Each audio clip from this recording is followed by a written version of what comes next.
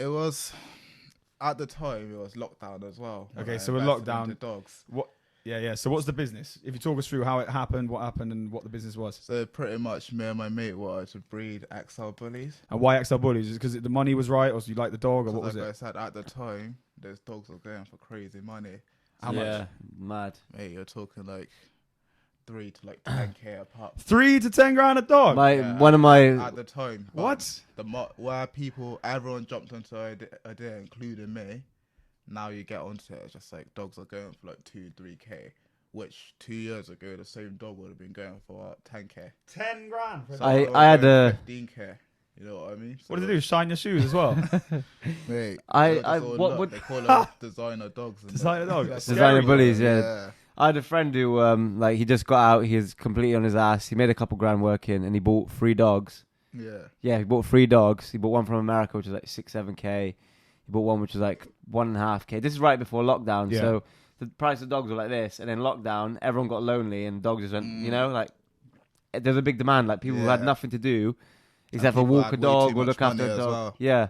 So he made, I think that year he made 150k off like 3 litters, like 50k a litter. Yeah. Like 3-4 months apart. 150 grand on dogs. Crazy, straight cash. Wow, bro. Mad. At the time, that was the plan, you know what Yeah. I mean? But by the times I actually got down to doing it and everything, you don't really make as much money as You're lucky to hit like 10k a litter now, right? Yeah, like I had a litter 2-3 months ago, and literally about 10, I think it was like 10 and a half we made in total. And it seems like a lot for some dogs, but the work behind it is crazy, you know? Yes, it is a lot. You don't want to do it. Your XL Bully is called Cookie, wasn't it? Nah, that was Lola. Was Cookie's one we're just looking after, like Lola could have put your whole head in her mouth, couldn't she? Yeah, So massive beast. head, yeah. Sick. Yeah. So have you got any of your XL Bullies left? Yeah. Yeah? I still got. So one of them ended up going to my girlfriend's nan.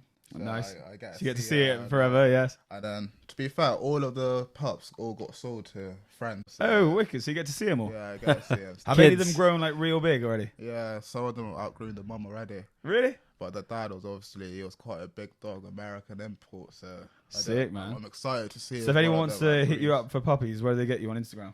Had to hustle bullies.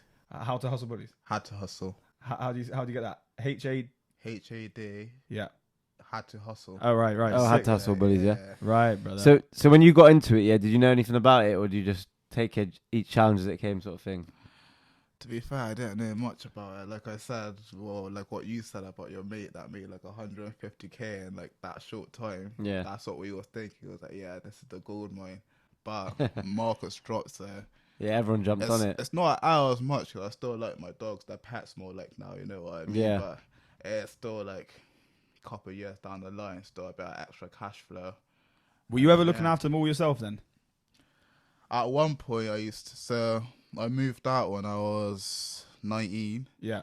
So me and my mate that actually so it's not just me that's into this as well. Yeah. I done it with a friend of mine.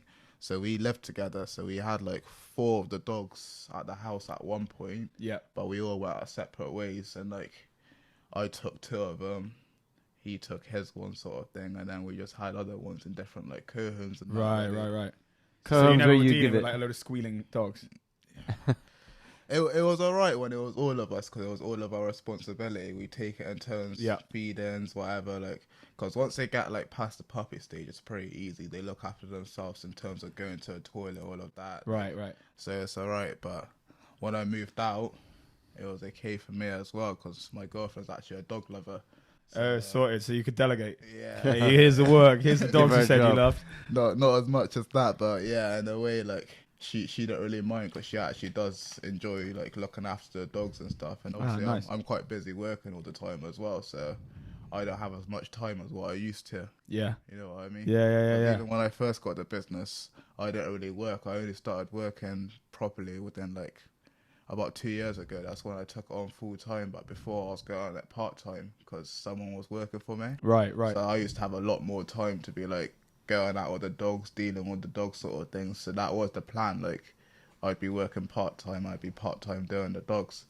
But, like I said, it didn't really go to plan. So, like, there was more, like, pets and that, and you know what I mean? Yeah, I know what you mean. How do you find it, Shiz, when you've done that? I wouldn't ever do it again. Put it that way. Why? It's just so messy, smelly. Like the amount they poo is crazy. Is it? Yeah.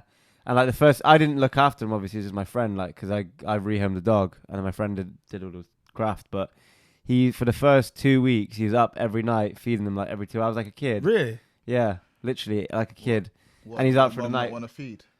Now he's just making sure they got fed, like just making sure none of them die. To be Obviously. fair, like with my little, when I had it, the mum done everything, Yeah. even down to the birth. Like, But you know what it is? Sometimes the mums can sit on them and stuff like that, and because they didn't, because there's so many of them. But like, even the They birth thing took like 24 hours from the first puppy to the last one, was like 24 or more hours. So he's awake, yeah. But it's a lot of work. But it's like kind of leveling itself out, and it's supply and demand. Like people are doing it less now, so the price will go up a bit, and then the money will go up again. Everyone will start doing it again. It's kind of. I bet it's quite fun in it when all the puppies are jumping around. I only saw that litter the other day, and it's through cool, the hard stage, so they were all like jumping around. I thought it must be fun being in this house when they're all jumping around and barking the whole time. They're so cute and stuff. Yeah. You think that, but that's not the fun bit.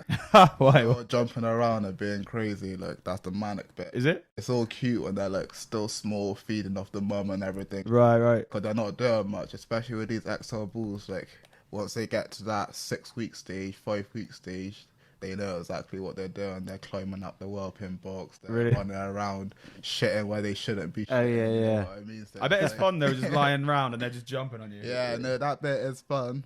Yeah. But it's like leaving for 2 hours, you're coming back to crazy then, you know what I mean? Yeah. That's what it is. Gotta make sure someone's home at all times with them.